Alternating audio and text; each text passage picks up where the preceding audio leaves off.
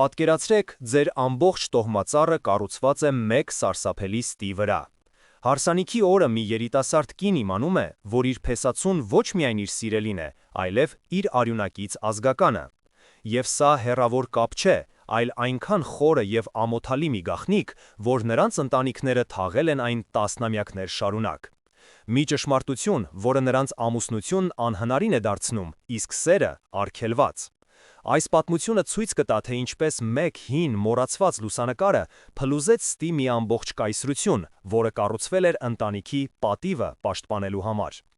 Բայց ամենակարևորը, դուք կտեսնեք, թե ինչ է տեղի ունենում, երբ սիրահար զույգը ստիպված է լինում ընտրություն կատարել իրենց զգացմունքների և մի ճշմարտության միջև, որը կարող է ոչնչացնել բոլորին։ Սա պարզապես ընտանեկան դրամա չէ, սա գոյատևման պայքար է։ Նրանց գտած պատասխանները ձեզ կցնցեն ավելին, քան սկզբնական գաղտնիքը։ Սեղմեք բաժանորդագրվել հիմա և գրեք ձեր քաղաքը մեկնաբանություններում, տեսնենք, թե քանիսն ենք մենք։ Շքեղ հանդիսասրահի բարձր պատուհաններից ներս լցվող արևի լույսը խաղում էր բյուրեղյա ջահերի վրա, հազարավոր շողերով ցրվելով սենյակում և ոսկե փոշու պես նստելով Նաիրայի ձյունաճերմակ զգեստի վրա։ Նա կանգնած էր վիթքարի այելու առաջ, ակնդեց նայելով իր արտացոլանքին, կարծես փորձում էր հավատալ, որ այս հեքիաթի գլխավոր հերոսուհին հենց ինքն է։ 26 տարվա երազանքներն ու սպասումները մարմնավորվել են այդ մեկ պահի մեջ։ Շուրջը պտտվող մայրն ու զարմուհիները աղմկում էին, բայց նրանց ձայները Նաիրային հասնում էին կարծես հեռվից։ Նրա աշխարհը կենտրոնացել էր հայելու մեջ պարփակված երջանկության պատկերի վրա։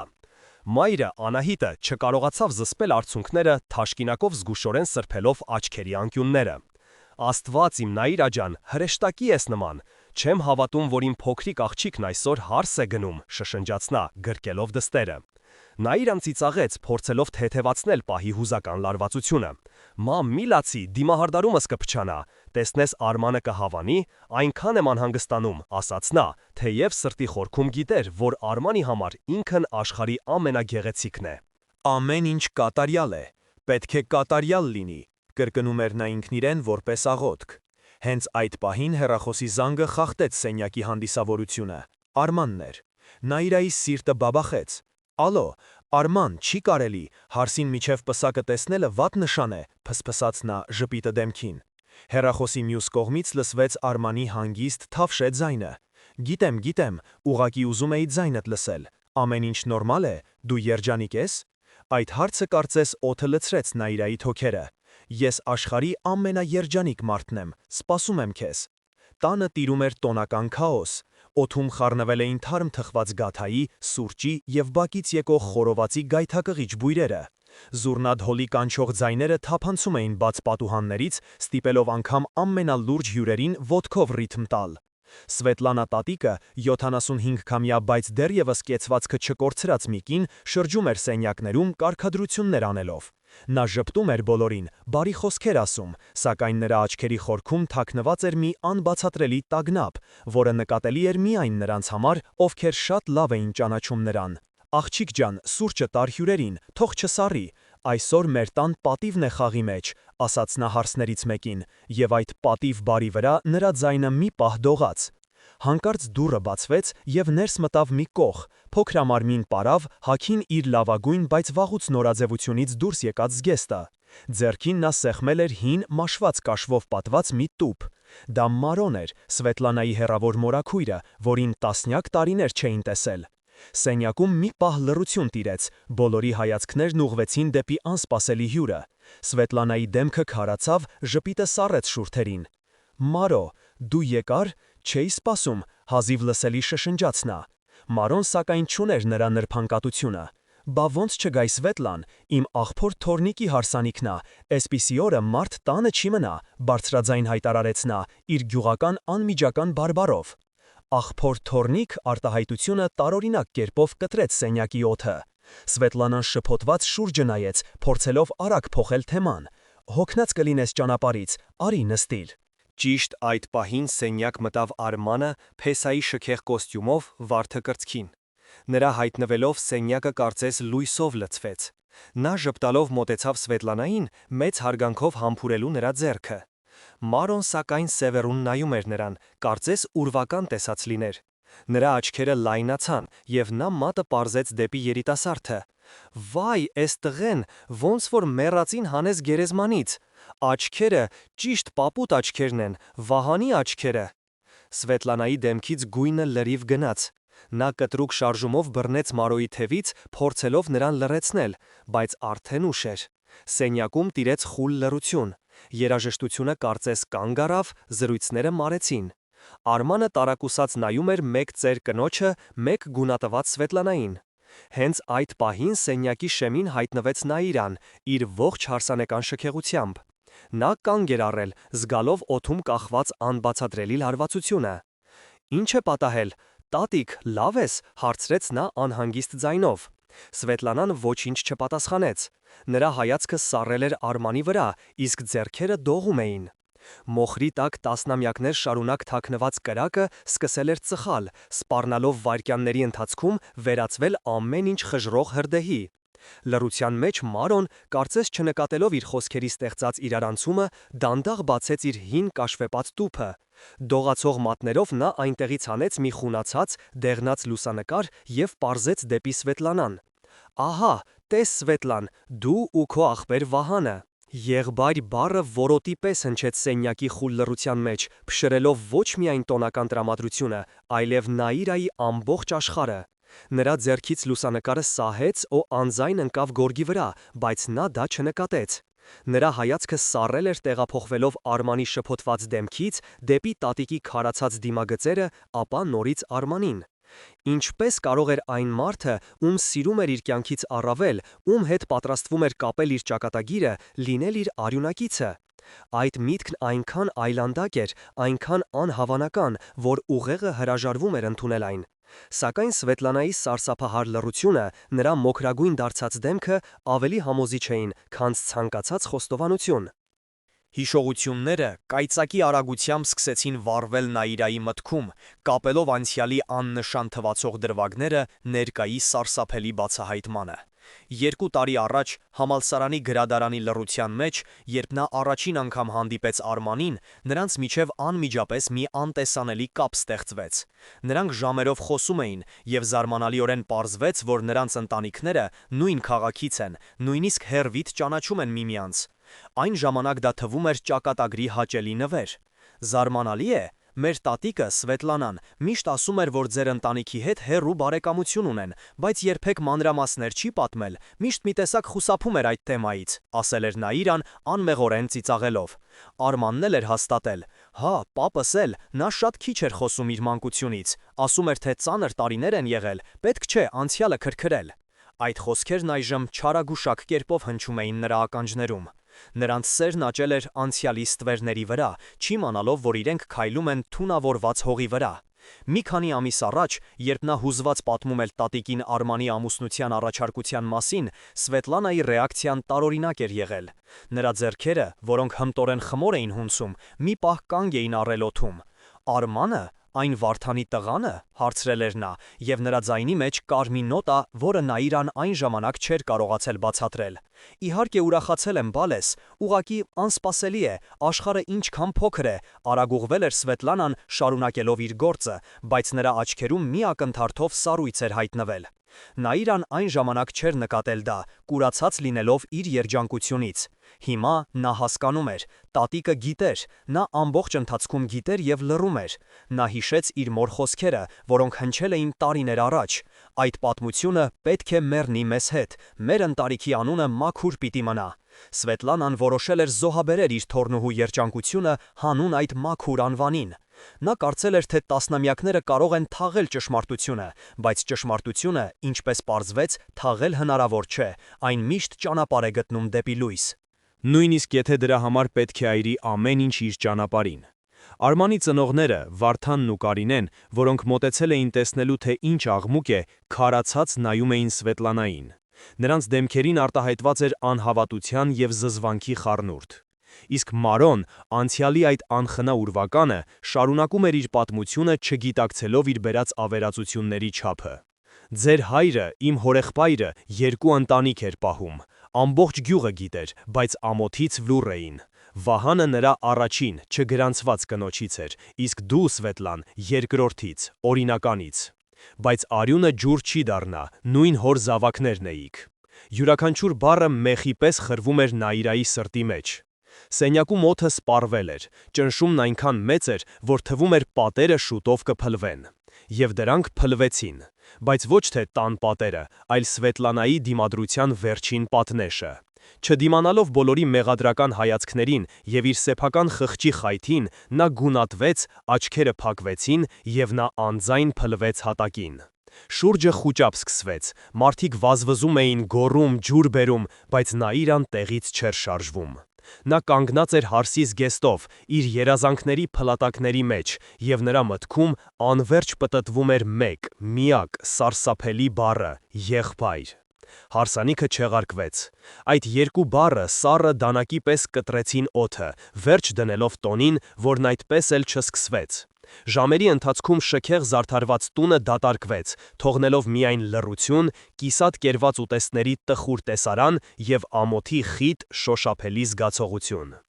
Երեկոյան Նաիրան դեռ նստած էր հյուրասենյակում, հարսի զգեստով, որն այլևս ոչ թե երջանկության խորհրդանիշ էր, այլ սպիտակ սավան, փաթաթված իր մեռած երազանքների շուրջ։ Նրա կողքին լուռ լաց էր լինում մայրը, Անահիտը, իսկ տատիկին Սվետլանային բժշկի հանձնարարությամբ տեղավորել էին իր ննջասենյակում։ Յուրաքանչյուր րոպեն թվում էր դար։ Մի մտածիր այդ մասին, աղջիկս, երևի սխալմունք է, Մարո տոտան ծեր է, կարող է հորինած լինի, կոտրված ձայնով փորձեց մխիթարել Անահիտը, բայց նրա խոսքերը դատարկ էին հնչում։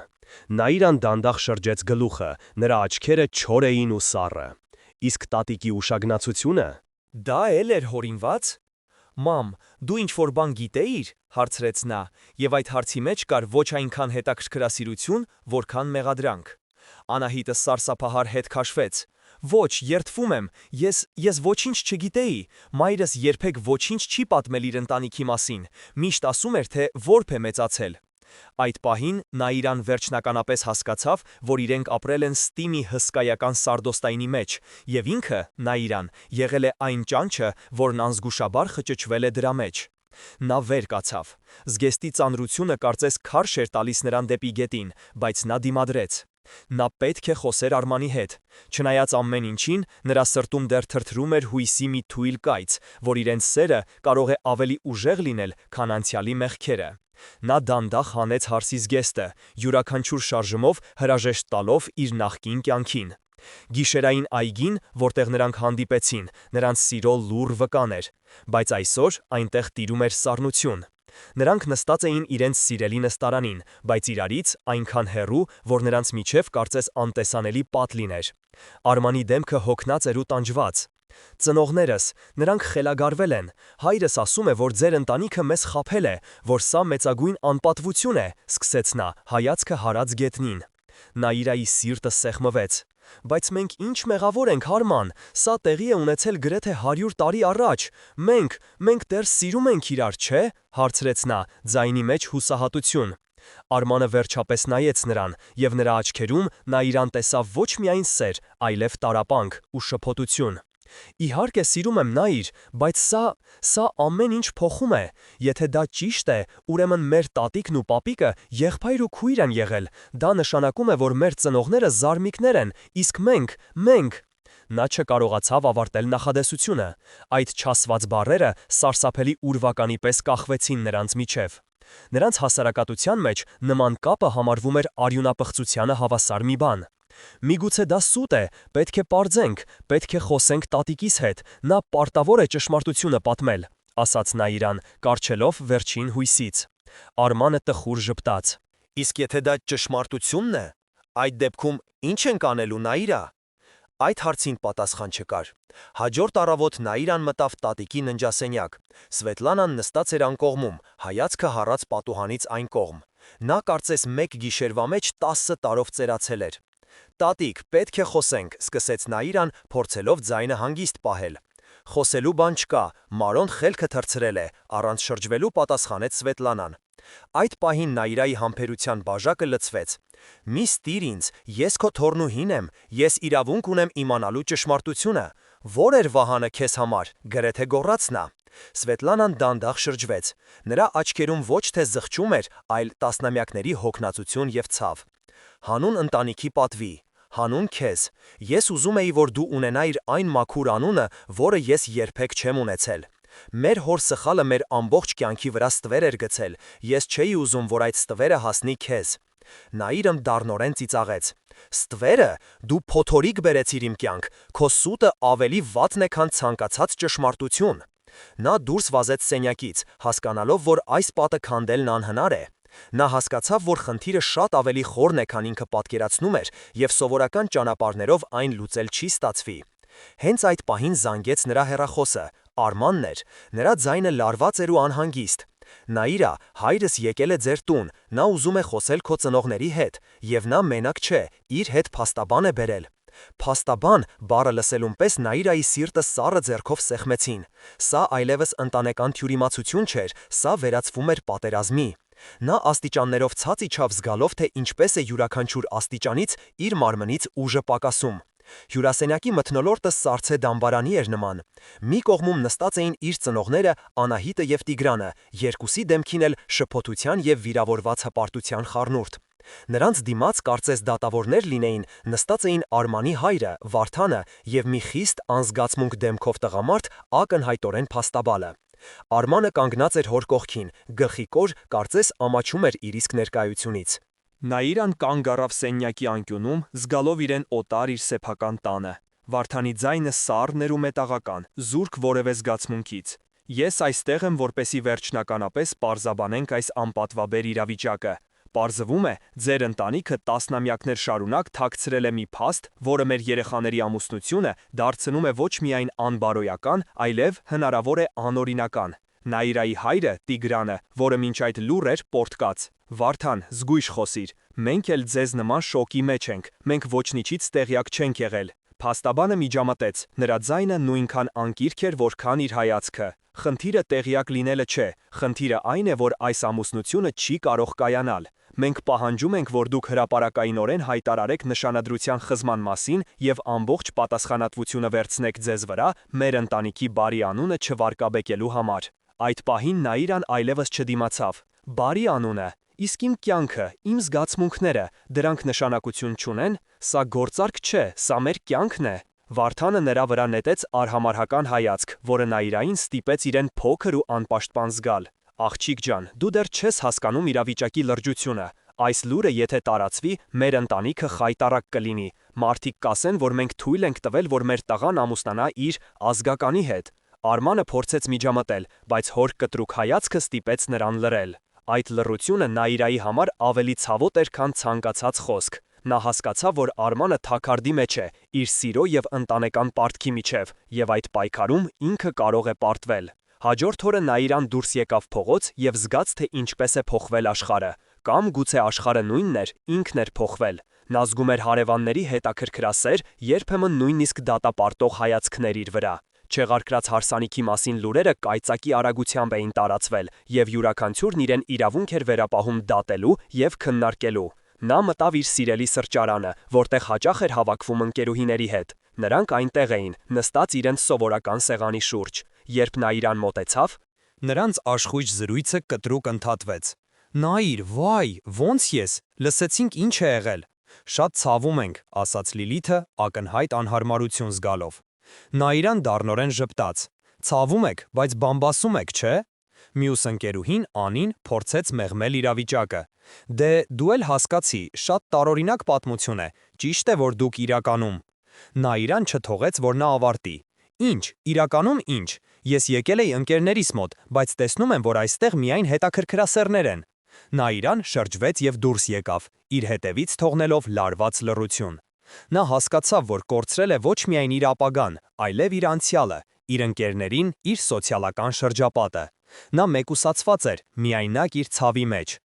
Նույն երեկոյան Արմանի տանը նույնպես փոթորիկ էր։ Նա փորձում էր խոսել ծնողների հետ, բայց նրանք կարծես քարե պատ լինեին։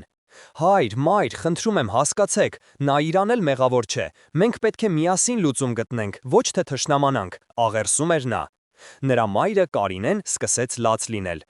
Ինչ լուծում, տղաս, լուծում չկա, այդ ընտանիքը մեզ խայտառար արեց, Ինչպես ենք մարդկանց աչքերին նայելու։ Վարդանի որոշումը վերջնական էր ու անբեկանելի։ Վերջացած պատմություն է, դու այլևս նրա հետ չես հանդիպի, ես թույլ չեմ տա, որ իմ տոհմը խառնվի մի ընտանիքի հետ, որը կառուցված է ստի և ամոթի վրա։ Բայց ես սիրում եմ նրան, հուսահատ բացականչեց Արմանը։ Հոր պատասխանը սառը ցնցուղի պես էր. սերը կանցնի, իսկ պատիվը մնում է։ Արմանը հասկացավ, որ իր ընտանիքի համար ավանդույթներն ու հասարակական կարծիքը ավելի թանկ են, քան իր երջանկությունը։ Նա զգաց, որ կորցնում է ոչ միայն Նաիրային, այլև ինքն իրեն։ Խնդիրը գնալով խորանում էր, վերածվելով անելանելի մի հորձանուկի, որը քաշում էր բոլորին դեպի հատակը։ Եվ Նաիրան հասկանում էր, որ սա դեռ սկիզբն է։ Նա զգում էր, որ այս պատմության մեջ կա էլի ինչ-որ բան, մի ավելի մութ գաղտնիք, որը դեռ թաքնված է մոխրի տակ։ Իսկ այդ գաղտնիքի բանալին միայն մի մարդու մոտ էր, լռության մեջ պարփակված Սվետլանա տատիկի։ Հուսահատությունը մարդուն դարձնում է կամ անզոր, կամ անխոհեմ։ Նաիրան որոշեց, որ այլևս անզոր չի լինելու։ Եթե աշխարհը նրա դեմ էր, ուրեմն նա պետք է ճշմարտությունը գտներ սեփական ուժերով։ Նրա միակ հույսը Մարո տատիկն էր, անցյալի այն միակ կենդանի վկան, որը, չնայած իր թուլացած հիշողությանը, գուցե պահպանել էր այն բանալին, որը կբացեր այս սարսափելի գաղտնիքի դուռը։ Բայց Մարոյին արդեն հասցրել էին նույն օրը հետ ուղարկել գյուղ, հեռու քաղաքի աղմուկից և իր իսկ ստեղծած քաոսից։ Նաիրան, առանց ծնողներին զգուշացնելու, վերցրեց մեքենայի բանալիներն ու ուղևորվեց դեպի այն հեռավոր լեռնային գյուղը, որտեղ ծնվել էին իր տատն ու Արմանի պապը, որտեղից սկիզբ էր առել այս ամբողջ անիծված պատմությունը։ Ճանապարհը երկար էր ու դժվարին, կարծես ինքը, բնությունը, չէր ուզում, որ նա հասնի իր նպատակին։ Բայց Նաիրան առաջ էր ընթանում, առաջնորդվելով միայն մեկ մտքով՝ ճշմարտությունը կամ ոչինչ։ Երբ նա վերջապես գտավ Մարոյի հին քարե տունը, արդեն մթնում էր։ Ծեր կինը նստած էր բակի թթենու տակ, նայելով հեռվում մայր մտնող արևին։ Նա զարմացավ տեսնելով Նաիրային, բայց նրա աչքերում կար նաև ինչ-որ տարօրինակ, գուցե մեղավորության նման մի բան։ Ես եկել եմ իմանալու ամեն ինչ, տատիկ, ամբողջ ճշմարտությունը, առանց թաքցնելու, ասաց Նաիրան, նստելով նրա կողքին։ Մարոն երկար լռեց, հետո խորը հոգոց հանեց։ Ճշմարտությունը ծանր բեռ է, աղջիկս, ոմանք չեն կարողանում տանել դրա ծանրությունը։ Եվ նա սկսեց պատմել։ Նա պատմեց մի պատմություն սիրո, դավաճանության և ամոթի մասին։ Պատմեց, թե ինչպես իր հորեղբայրը, Սվետլանայի և Վահանի հայրը, սիրել է երկու կնոջ և երկու ընտանիք պահել, մեկը գյուղում, մյուսը քաղաքում։ Պատմեց, թե ինչպես երեխաները, Սվետլանան և Վահանը, գաղտնի հանդիպում էին, իրար սիրում էին որպես քույր ու եղբայր, մինչև որ մեծերի աշխարհի կեղտը թունավորեց նրանց հարաբերությունները։ Նաիրան լսում էր սիրտը սեղմված։ Ամեն ինչ նույնն էր, ինչ նա արդեն գիտեր, պարզապես ավելի մանրամասն։ Հույսը, որ գուցե այս ամենը սխալմունք է, սկսում էր մարել։ Բայց դա դեռ ամենը չէ, հարցրեց նա, զգալով, որ գլխավոր մասը դեռ առջևում է։ Մարոն նայեց նրան, և նրա ծեր խորը կնճիռներով պատված աչքերում արցունքներ հայտնվեցին։ Ոչ, դա ամենը չէ, կա մի բան, որը միայն ես ու Սվետլանան գիտենք, մի բան, որը նա տարավ իր հետ գերեզման։ Նա կանգ առավ, կարծես վախենում էր բարձրաձայնել բառերը։ Ինչ բան, շշնջաց Նաիրան։ Մարոն դողացող ձեռքով բռնեց նրա ձեռքը։ Վահանը, նա ձեր պապը չէր, նա Արմանի պապը չէր, նա անզավակ մահացավ պատերազմի ժամանակ, շատ երիտասարդ։ Նաիրայի ուղեղը կարծես կանգ առավ։ Ինչ։ Բայց ո՞վ է Արմանի պապը, ո՞վ է այն մարդը, ում բոլորը Վահան են կոչում։ Եվ այդ պահին Մարոն արտասանեց այն խոսքերը, որոնք փայտյունի պես քանդեցին Նաիրայի աշխարհի հիմքերը։ Երբ Վահանը մահացավ, նրա մայրը, խելագարված վշտից, որդեգրեց մի որբ տղայի, որպեսի պահպանի իր ամուսնու, ձեր մեծ պապի հիշատակը, որպեսի նրա արյունը շարունակվի, նա այդ տղային տվեց Վահան անունը և բոլորին ներկայացրեց որպես իր հարազատ որդի։ Ոչ ոք, բացի ինձնից ու Սվետլանայից, չիմացավ ճշմարտությունը։ Սվետլանան լռեց, որովհետև այդ սուտը ձեռնընտու էր նաև իրեն։ Այն թաքցնում էր իր հոր մեղքը, պահպանում ընտանիքի պատիվը։ Այն տղան, Արմանի պապը, նա ձեր ընտանիքի հետ ոչ մի արյունակցական կապ չունի։ Նաիրան զգաց, թե ինչպես է գետինը գնում իր ոտքերի տակից։ Սենյակը սկսեց պտտվել, ձայները խլացան։ Այսինքն Արմանը նրա ազգականը չէ, այսինքն նրանց սերը մեղք չէ, այսինքն այս ամբողջ տառապանքը, այս ամբողջ ամոթը, չեղարկված հարսանիքը, այս ամենը հիմնված է եղել մի հսկայական 70-ամյա ստի վրա։ Սուտը, որը պետք է թաքցներ մի մեղք, ծնել էր մեկ այլ, ավելի սարսափելի մեղք։ Սուտը դարձել էր տոհմածառ։ Նրանք զոհ էին դարձել ոչ թե արյան կանչի, այլ ստի։ Տատիկը Սվետլանան ոչ թե պաշտպանել էր ընտանիքի պատիվը, այլ ոչնչացրել էր իր թոռնուհու երջանկությունը, հանուն մի գաղտնիքի, որն իմաստ էլ չուներ։ Ցնցումն այնքան ուժեղ էր, որ նա իրան չէր կարողանում շնչել։ Նա նայեց իր ձեռքերին, հետո երկնքին, կարծես առաջին անգամ էր տեսնում աշխարհը։ Ամեն ինչ, ինչին նա հավատում էր, փլուզվեց այդ մեկ ակնթարթում։ Նա ազատ էր, բայց այդ ազատությունը ծանր էր, ինչպես գերեզմանակար, որովհետև հիմա նա գիտեր մի ճշմարտություն, որը կարող էր կամ փրկել իրենց սերը, կամ վերջնականապես թաղել այն ստի փլատակների տակ։ Սուտը, որը պետք է թաքցներ մի մեղք, ծնել էր մեկ այլ, ավելի սարսափելի մեղք։ Սուտը դարձել էր տոհմածառ։ Նրանք զոհ էին դարձել ոչ թե արյան կանչի, այլ ստի։ Տատիկը Սվետլանան ոչ թե պաշտպանել էր ընտանիքի պատիվը, այլ ոչնչացրել էր իր թոռնուհու երջանկությունը, հանուն մի գաղտնիքի, որն իմաստ էլ չուներ։ Ցնցումն այնքան ուժեղ էր, որ նա իրան չէր կարողանում շնչել։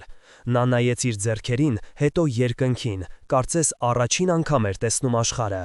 Ամեն ինչ, ինչին նա հավատում էր, փլուզվեց այդ մեկ ակնթարթում։ Նա ազատ էր, բայց այդ ազատությունը ծանր էր, ինչպես գերեզմանակար, որովհետև հիմա նա գիտեր մի ճշմարտություն, որը կարող էր կամ փրկել իրենց սերը, կամ վերջնականապես թաղել այն ստի փլատակների տակ։ Գյուղից վերադարձի ճանապարհը նա իրան չի հիշում։ Նրա գիտակցությունը կարծես անջատվել էր, մեքենան վարելով ավտոմատ ռեժիմով, մինչդեռ իր ներսում տեղի էր ունենում տիեզերական մասշտաբի փլուզում։ Ամեն ինչ շրջվել էր գլխի վայր, սևը դարձել էր սպիտակ, սուտը ճշմարտություն, իսկ ճշմարտությունը անտանելի բեռ։ Նա տուն հասավ ուշ գիշերով։ Տան լույսերն անթարթ էին, ինչը նշանակում էր, որ ծնողները չէին քնել, սպասելով իրեն։ Նա մտավ ներս և առաջին մարդը, ում տեսավ, Արմանն էր։ Նա նստած էր հյուրասենյակի բազմոցին, դեմքը ձեռքերի մեջ թաղած։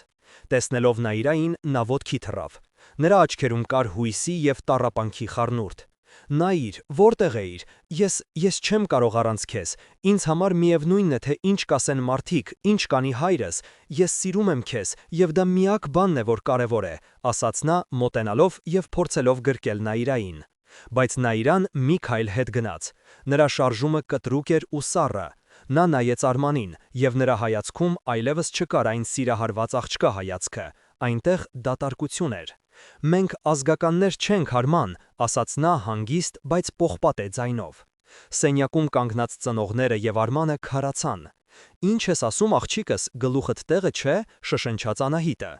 Նաիրան դանդաղ բառ առ բառ պատմեց այն ամենը, ինչ իմացել էր Մարոյից։ Նա պատմեց որդեգրված տղայի, կեղծ անվան և տասնամյակներ տևած ստտի մասին, որը պահպանել էր իր իսկ տատիկը։ Երբ նա ավարտեց, սենյակում տիրեց խուլ լռություն։ Առաջինը խոսեց Արմանը։ Նրա դեմքին անհավատությունն ու շփոթությունը փոխարինվեցին անսահման թեթևությամբ և ուրախությամբ։ Այսինքն մենք կարող ենք, մեր ամուսնությունը, նա չավարտեց, բայց նրա աչքերը փայլում էին։ Սակայն Նաիրայի հայացքը մնում էր սառը։ Ոչինչ չի կարող լինել, Արման, կտրուկ պատասխանեց նա։ Արմանը ցնցվեց, բայց ինչով, խոչընդոտ այլևս չկա, մենք սիրում ենք իրար։ Նաիրան դառնորեն ծիծաղեց, և այդ ծիծաղի մեջ կար ավելի շատ ցավ, քան ուրախություն։ Խոչընդոտը արյունը չէր, Արման, խոչընդոտը սուտն էր, սուտը, որի վրա կառուցված է քո ամբողջ ընտանիքը, սուտը, որը պահպանել է իմ տատիկը, ոչնչացնելով իմ կյանքը։ Դու հասկանո՞ղ ես։ Մեր հարաբերությունները ծնվել են ստից և թունավորվել են ստով։ Ինչպես կարող ենք մենք երջանիկ լինել մի հիմքի վրա, որն ի սկզբանե փտած է եղել։ Նա շրջվեց դեպի իր ծնողները, ապա նորից նայեց Արմանին։ Ես չեմ կարող ամուսնանալ մի մարդու հետ, ում տոհմածառը կեղծիք է։ Ես չեմ կարող լինել մի ընտանիքի մաս, որի պատիվը կառուցված է ուրիշի ողբերգության վրա։ Եվ ամենակարևորը, ես այլևս չեմ վստահում ոչ ոքի։ Ոչ քեզ, ոչ քո ընտանիքին, ոչ իմ սեփական տատիկին։ Այդ խոսքերից հետո նա շրջվեց և գնաց իր սենյակ, թողնելով բոլորին ցնցված և շփոթված։ Նրա ներսում այլևս տառապող հարսնացուն չէր, նրա ներսում արթնացել էր մի կին, որը հասկացել էր, որ իր պայքարը ոչ թե սիրո, այլ ճշմարտության համար է։ Նրա գործողությունների պլանը դեռ պարզ չէր, բայց նա գիտեր մի բան. նա պետք է քանդեր այս ստի կայսրությունը մինչև վերջին քարը։ Եվ առաջին մարդը, ով պետք է պատասխան տար, իր տատիկն էր, Սվետլանան։ Նա պետք է ստիպեր նրան խոստովանել ամեն ինչ, ոչ թե իրեն, այլ ամբողջ աշխարհին։ Նոր դաշնակիցներ դեռ չկային, բայց նա գտավ իր գլխավոր թշնամուն՝ տասնամյակների լռությունը, և նա պատրաստվում էր խախտել այդ լռությունը, նույնիսկ եթե դրա ձայնը քանդեր ամեն ինչ։ Հաջորդ առավոտ նա իրան արթնացավ ոչ թե արցունքներով, այլ սառը վճռականությամբ։ Ցավը չէր անցել, բայց այն վերածվել էր վառելիքի։ Նա այլևս զոհ չէր, նա դարձել էր մարտիկ։ Նրա առաջին քայլը ուղղված էր դեպի ստի սիրտը, իր տատիկի ննջասենյակ։ Սվետլանան նստած էր անկողմում, նույն կոտրված ու հոգնած տեսքով։ Նա իրան կանգնեց նրա դիմաց, ձեռքին պահելով հեռախոսը։ Տատիկ, դու երկու ընտրություն ունես, կամ դու հիմա կպատմես ինձ ամեն ինչ, ամեն մի մանրուք, ամեն մի սուտ, որի վրա կառուցել ես մեր ընտանիքի կյանքը, և ես դա կձայնագրեմ, կամ ես կգնամ ոստիկանություն և դիմում կգրեմ Արմանի պապի ինքնության կեղծման փաստով։ Թող նրանք պարզեն, թե ով է իրականում թաղված Վահանի գերեզմանում։ Սվետլանայի աչքերը լայնացան սարսափից։ Նա գիտեր, որ թորնուհին չի կատակում, դա շանտաժ էր, դա դաժան էր, բայց նա իրան այլ ճանապարհ չէր տեսնում։ Եվ Սվետլանան սկսեց խոսել։ Նա խոսում էր ժաներ շարունակ, դողացող ձայնով, հաճախ ընդհատելով լացով։ Նա պատմեց ամեն ինչ։ Ոչ միայն որդեգրման մասին, այլև ավելի մութ գաղտնիքների։ Պարզվեց, որ իրական Վահանը ոչ թե պատերազմում էր մահացել, այլ ինքնասպան էր եղել, չդիմանալով այն ամոթին, որ իր հայրը երկու ընտանիք ունի։ Նրան մայրը, որպեսզի թաքցնի ինքնասպանության խայտառակ փաստը, հորինել էր պատերազմի պատմությունը և որդեգրել օտար երեխայի։ Սուտը ստի վրա էր կառուցվել, ստեղծելով մի հրեշավոր կառույց։ Նա իրան լսում էր, և նրա սրտում զայրույթին սմինյալ ագիդա։ Նրա տատիկը ոչ միայն թաքցրել էր ճշմարտությունը, այլև պղծել էր իր իսկ եղբոր հիշատակը։ Ձայնագրությունը ձեռքին, նա իրան գնաց իր երկրորդ թիրախի մոտ, Վարդանի տուն։ Նա մտավ այնտեղ առանց թույլտվության, անկոչ հյուրի պես։ Վարդանը, Կարինեն և Արմանը ճաշում էին։ Նրա հայտնվելը սառեցրեց օդը։ «Ես եկել եմ ձեզ ցույց տալու ձեր ընտանիքի իսկական պատմությունը», ասաց նա և միացրեց ձայնագրությունը։ Սվետլանայի խոստովանությունը լցրեց սենյակը։ Յուրաքանչյուր բառը ապտակի պես էր հնչում։ Վարդանի դեմքը գնալով քարանում էր։ Նա լսում էր, թե ինչպես է իր հոր, իր հերոսի, իր կուռքի կյանքը փլուզվում իր աչքի առաջ, վերածվելով կեղծիքի։ Երբ ձայնագրությունն ավարտվեց, նա դանդաղ բարձրացրեց հայացքը։ Նրա աչքերում ոչ թե զայրույթ էր, այլ կոտրվածություն։ «Ինչ ես ուզում մեզնից», հարցրեց նա խուլ ձայնով։ «Ես ուզում եմ, որ դուք ընդունեք ճշմարտությունը, որ դուք դադարեք խոսել պատվի և բարի անվան մասին, որովհետև ձեր անունը կառուցված է ստի վրա։ Ես ուզում եմ, որ դուք հրապարակայնորեն ներողություն խնդրեք իմ ընտանիքից, մեզ խաբելու և անհիմն մեղադրանքների համար», պահանջեց նա իրան։ Վարդանը ծիծաղեց։ Դա հիստերիկ, անառողջ ծիծաղ էր։ «Ներողություն։ Դուք եք մեզ խաբել։ Քո տատիկն է այս ամենի հեղինակը, նա է քանդել իմ կյանքը, իմ հավատը, դուք պետք է ներողություն խնդրեք»։ Հակամարտությունը նոր փուլ էր մտել։ Այժմ երկու ընտանիքներն էլ զոհ էին, և երկուսն էլ մեղավոր։ Արմանը փորձում էր հաշտեցնել կողմերին, բայց նրա ձայնը խեղդվում էր փոխադարձ մեղադրանքների աղմուկի մեջ։ Նա իրան հասկացավ, որ պարզ խոստովանությունը բավարար չէ։ Այս հանգույցը քանդելու համար պետք էր ավելի կտրուկ քայլ։ Նրա հայացքը կանգ առավ պատին կախված Վահանի մեծ դիմանկարի վրա։ Այդ մարդու դեմքին կար մի տխուր, հանգիստ արտահայտություն։ Կարծես նա գիտեր, որ մի օր իր գաղտնիքը կբացահայտվի։ Եվ նա իրան որոշեց։ Նա գիտեր, թե ինչ պետք է անի։ Դա կլիներ ամենացավոտ, բայց միակ ճիշտ քայլը։ Նա պետք է գտնի իրական Վահանի գերեզմանը, նա պետք է վերականգնի արդարությունը, նույնիսկ եթե դա նշանակում է բացել հին վերքեր և ստիպել բոլորին նայել այն սարսափին, որը թաքնված էր մոխրի տակ։ Իրական Վահանի գերեզմանը գտնելու որոնումները նա իրային տարան դեպի հին լքված գերեզմանոց, գյուղի ծայրին։ Արխիվային փաստաթղթերի եւ մարոտատիկի խառը հիշողությունների օգնությամբ նա կարողացել էր պարզել, որ Վահանին թաղել էին ոչ թե ընտանեկան գերեզմանատանը, այլ այստեղ, ինքնասպանների համար նախատեսված անպատիվ մի անկյունում։ Այդ գործում նրան անսպասելիորեն միացավ Արմանը։ Նա եկել էր ոչ թե որպես փեսացու, այլ որպես մարդ, ում աշխարհը նույնպես փլուզվել էր եւ ով նույնպես ճշմարտության կարիք ուներ։ Նրանք միասին մաքրեցին տասնամյակների փոշին ու մամուռը մի անանուն տապանակարից, մինչև որ հայտնվեցին հազիվ նշմարելի տառերը՝ Վահան։ Դա բավարար չէր, նա իրան պահանջեց Արտաշիրիմում։ Դա սարսափելի, գրեթե սրբապիղծ քայլ էր, որին դեմ էին բոլորը՝ իր ծնողները, Վարդանը, նույնիսկ իշխանությունները, բայց նա իրան անդրդվելի էր։ Նա հասկանում էր, որ առանց անհերքելի ապացույցի այս պատմությունը հավերժ կմնա որպես ընտանեկան բամբասանք։ Եվ ահա, մի մռայլ անձրևոտ օր երկու ընտանիքները հավաքվեցին այդ լքված գերեզմանոցում։ Օդում կախված էր լարվածություն, փոխադարձ ատելություն եւ չասված խոսքերի ծանրություն։ Սվետլանան նույնպես այնտեղ էր, հենակներով, փոքրացած, կոտրված մի կին։ Նա նայում էր բացվող գերեզմանին, եւ նրա դեմքին արտահայտված էր տասնամյակների տառապանքը։ Երբ մասունքները հանեցին եւ փորձագետները սկսեցին իրենց աշխատանքը, լռությունը դարձավ անտանելի։ Եվ ահա հնչեց վճիռը։ Գենետիկական փորձաքննությունը հաստատեց, որ գերեզմանում հանգչողի ԴՆԹ-ն 50%-ով համընկնում է Սվետլանայի ԴՆԹ-ի հետ։ Դա նրա եղբայրն էր, իրական Վահանը։ Այդ պահին տեղի ունեցավ կուլմինացիան, բայց դա աղմակոտ պայթյուն չէր, այլ խուլ Ներքին փլուզում։